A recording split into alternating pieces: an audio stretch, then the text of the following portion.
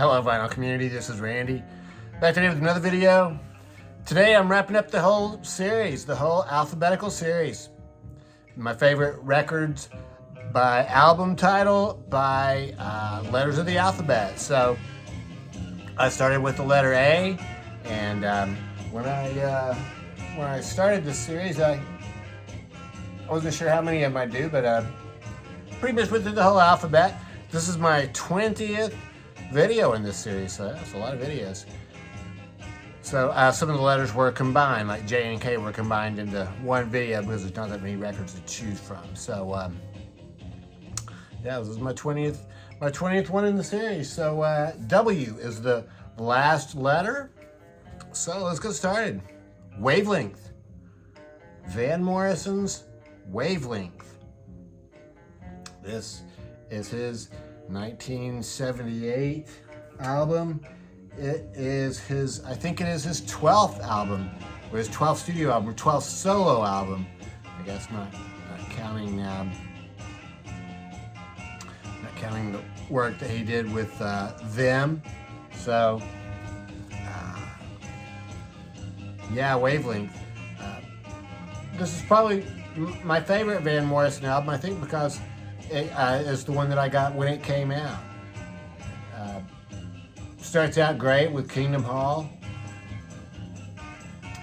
Checking It Out, Natalia. The title cut, Wavelength, is a fantastic song. Hungry for Your Love, Take It Where You Find It. Wonderful album. Van Morrison came with this lyric sheet, or it's actually the inner sleeve with the lyrics printed on it. That's on Warner Brothers Records.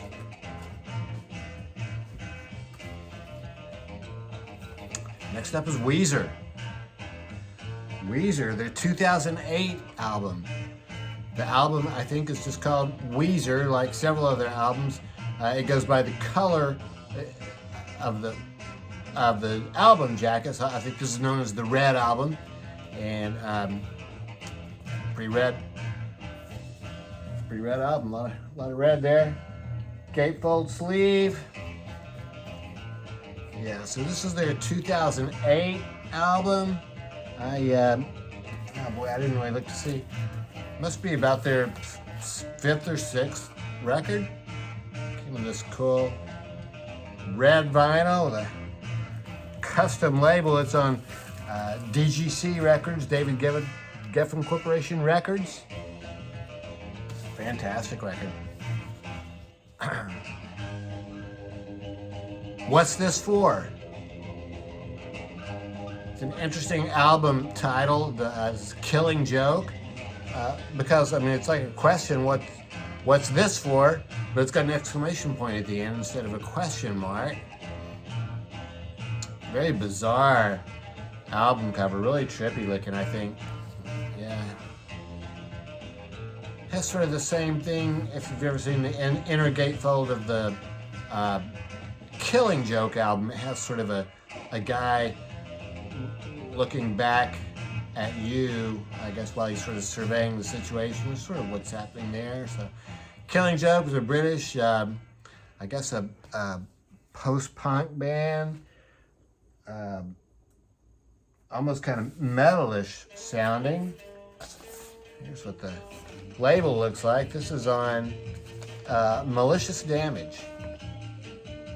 Malicious Damage Records. It's on black vinyl. That was 1981 for that Killing Joke album. 1968, Cream released Wheels of Fire. In 2015, it was re-released, and I got this edition of it. One of the coolest gatefold sleeves, sort of monochromatic, I guess, on the outside, and then on the inside, not a whole lot of colors, mostly just pink and yellow. A little bit of other color in there, but yeah, really cool album cover. This is a 2-record set, 1968 album by Cream. The first album is a studio album, so it has some fantastic songs on it. White Room, Sitting on Top of the World. Prestat and Warhog. Prestat and Warhog. Really unusual song. I think it's Ginger Baker who sort of narrates that. It's sort of a spoken word thing. I think it's really cool. Politician, the studio version of Politician is on here, which is a Cream song they did live several times. Sounds fantastic. This also has and also other studio songs on here. Deserted Cities of the Heart. Yeah, it also has a live album though, which the first side of that's pretty good. Crossroads and Spoonful, I mean that's really good. Crossroads and Spoonful, fantastic versions by Cream. Second side is Train Time and Toad, and Train Time is largely a harmonica and drum thing with Ginger Baker and Jack Bruce. It's really sort of a carryover from when they were with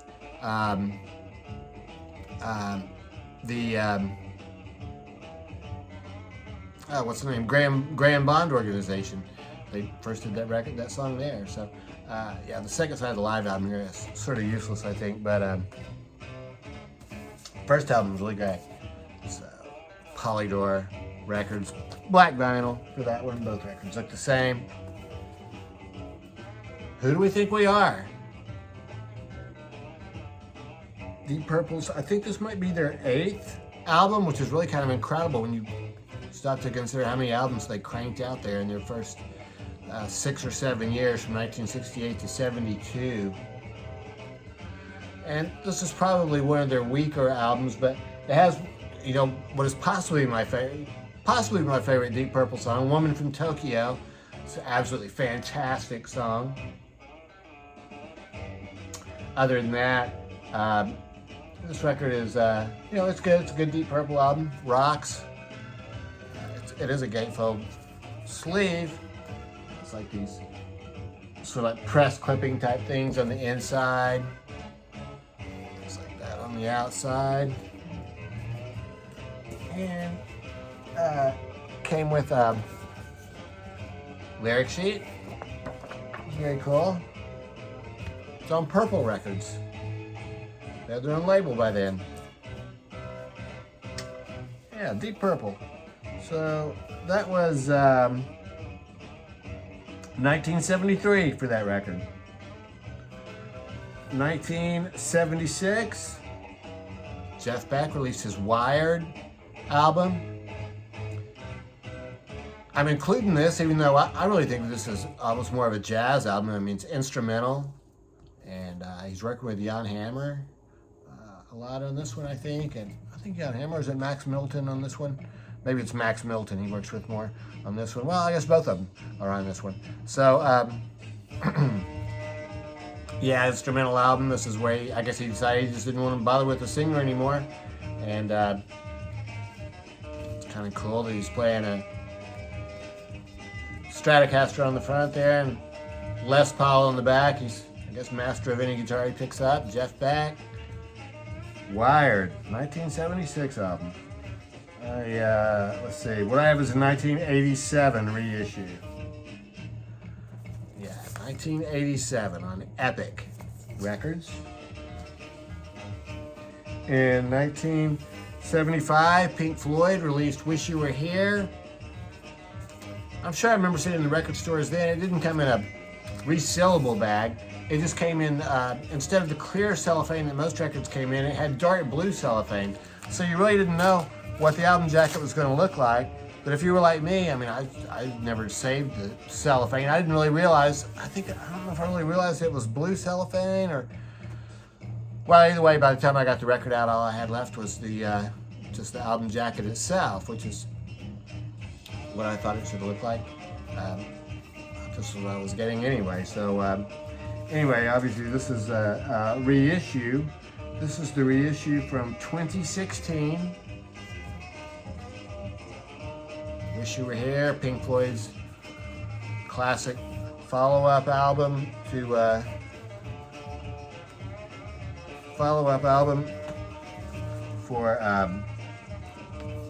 Dark Side of the Moon. Looks like it came with this insert. Classic postcard that came with the original version of the album. Inner sleeve here, the artwork on the whole album is kind of tied together, and it's all fantastic artwork. I think it's Hypnosis. And this one came with this poster. Very cool. Wish You Were Here poster. And the record itself is on black vinyl, but it has the cool custom label, shows the interlocking machine hands there. So, yeah. Wish You Were Here, Pink Floyd's ruminations on wealth and fame, I guess. In 1963, the Beatles released their first album. Sorry, their second album. This is their second album with the Beatles. Second album in England. Was not released like this in the United States. They used very much the same cover in the United States for Meet the Beatles, but the track listing was different. So this is the British version. This is the stereo version, and starts with 3 Lennon McCartney songs. It Won't Be Long, All I've Got to Do, and All My Loving. And then there's a George Harrison song, Don't Bother Me. Back to Lennon McCartney for Little Child. And then they do that really strange thing. They do that cover of Till There Was You, the Meredith Willson song from the movie The Music Man. It's a fantastic song, and I love that movie. But it's just, I think it's possibly the strangest choice for a Beatles song on any of their albums. Anyway, it ends up with Please Mr. Postman, which is a fantastic choice. I love the version of Please Mr. Postman. Side 2 starts out with Roll Over Beethoven. They also do Smokey Robinson's You Really Got a Hold on Me. Do their own version, I Want to Be Your Man, which I guess they gave that to the Rolling Stones to do. So, yeah. Background music today is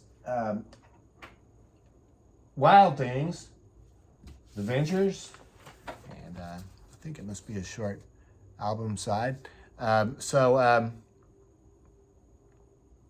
Yeah, next up is Dead Can Dance, in the realm of Within the Realm of a Dying Sun.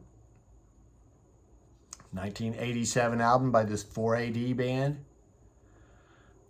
I'm not certain that I even, I don't think I even heard this. I don't think I was really familiar with this band before I bought this record. It's just, it came out in 1987, and I was following the 4AD label at that time, which I think maybe the ones I knew them best for were the compilation albums that they released on 4AD. The It'll End in Tears compilation by This Mortal Coil. I guess they called those 3 records This Mortal Coil. So anyway, this is Dead Can Dance. And yeah, sort of indescribable music. It's violin, cello, trumpet, and trombone. They're singing on it.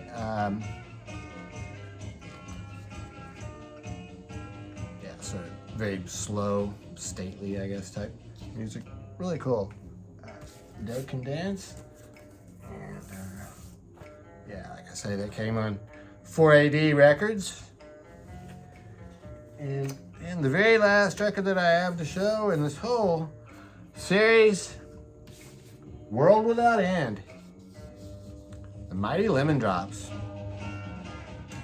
Mighty Lemon Drops were a British kind of psychedelic, I guess, or a post-punk band from England, from the I guess I started in the early 80s. This record is from 1988.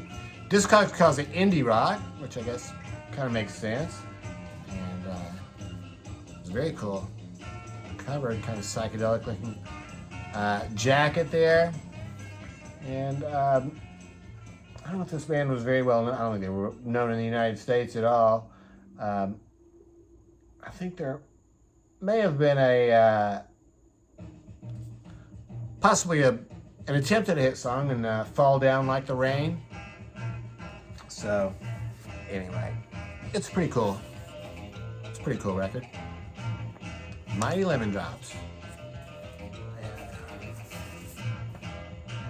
And yeah, some Chrysalis Records, sort of an unusual looking label for Chrysalis Records. And yeah, so that's it. That's it for the W's. I had a couple of other W's that I considered, particularly Liam Gallagher's album from 2019. But I didn't include that because, well, it just isn't quite old enough yet. I'm not sure if it will stand the test of time like these records have. So, yeah. So that's it for my W's. Let me know what you think about these choices and which W albums you would have included. And thanks. Oh yeah, and thanks very much to all the other people who jumped in on this thread and did response videos. So, you know, once again, I did not write down the list of people who did responses, so I'm not going to try and name them off because I'll probably forget somebody. But there are some great responses out there, and yeah, I'm sure you'll see them sprinkled around. So, yeah, I guess that's it. So I hope everybody's doing well, and thanks very much for watching.